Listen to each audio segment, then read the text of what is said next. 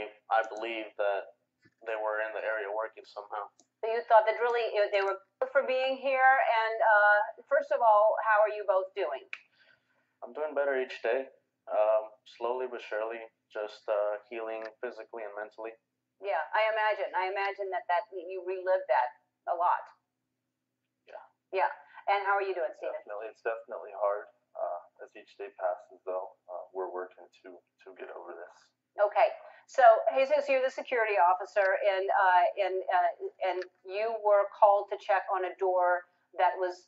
I guess when a door is left open for a certain amount of time, you're supposed to go check on it, right? Yes, we get notifications making sure that to secure them, or if they've already been secured, just making that check on the doors. Okay, so you were going up the fire escape to get there? Via the stairwell from I was coming from the 31st up to the 32nd. Right. When I approached the door, it didn't open, and it was blocked off, so I had to reroute. Is that a normal thing that the door at the fire escape or the stairwell would be blocked off? No, they're always supposed to remain open. Right. And so after I would drop down and then came back through the hallway, and then I approached the room, got into the door.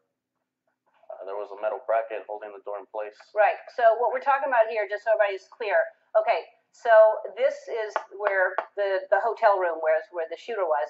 This is the stairway, and this door here was blocked, and you didn't know that till you came up through the elevator and went through this door and saw that there was something blocking that door.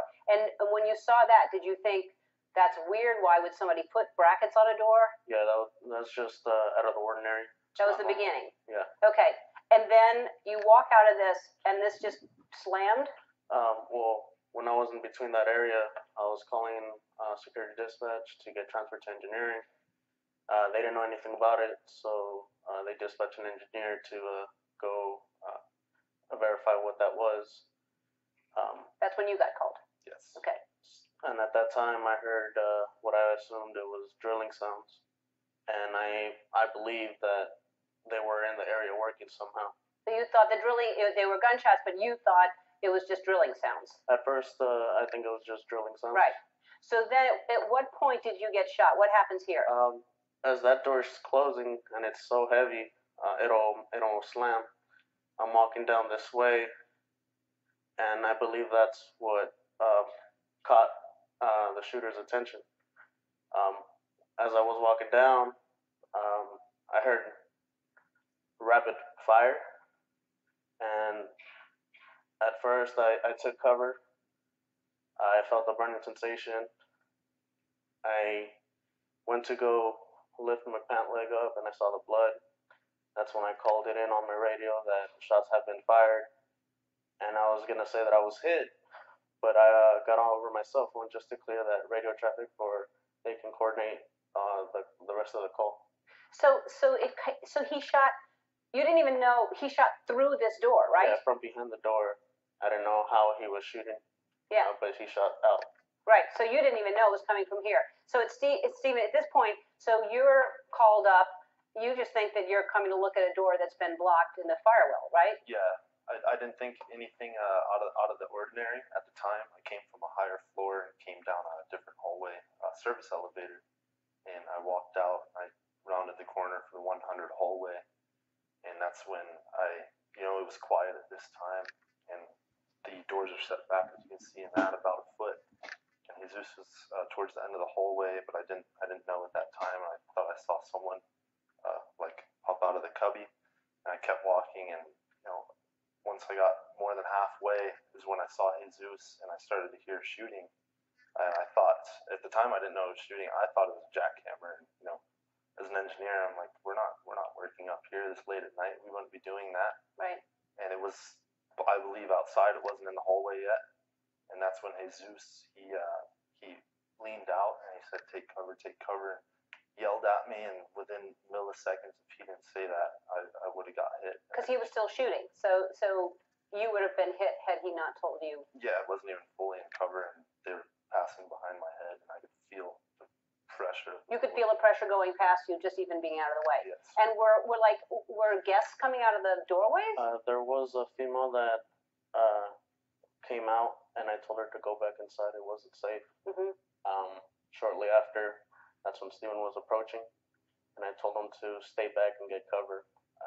And that's when more rounds were dispersed. Right.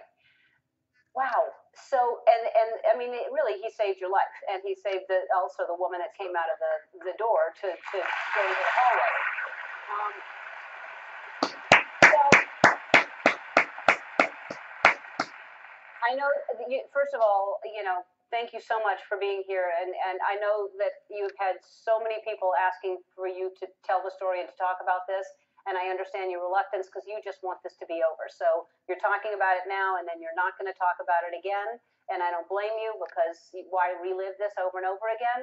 But it's helpful for people to understand what a hero you are, because you, being shot in the leg, saved so many people's lives. And instead of you just getting out of there, you saved Steven's life, you saved that woman's life, and who knows how many other people. And so we just wanted to celebrate you. That's why you're here today, because we want to thank you for what you've done. Even after this happened, instead of going to the hospital, you stayed to help the police and give them all the information they needed to piece these things together. And also, what else did you want to mention?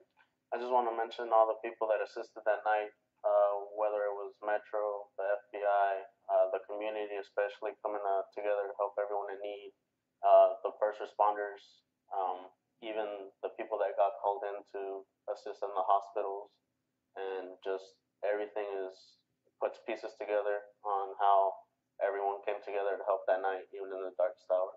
Yes, there were a lot of people that showed up to help. All right, and Steven? Definitely, I want to thank the first responders and people on the ground at the show helping each other out. I mean, I think the acts of humanity were major that night, and I want to thank Jesus again from my family and all my friends and everybody for saving my life.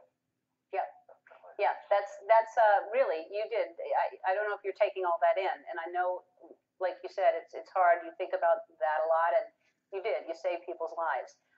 And we, of course, wanted to give you money. We wanted to, and you both were very, very specific. You said you don't want money. You don't want money at all. So you're not getting any money. All right. So we're not going to give you money. But Steven, your favorite team is the Colts, and you've never been to a game. So the NFL is flying you to meet the team and get VIP tickets. So you're going to go see the Colts. All right. All right.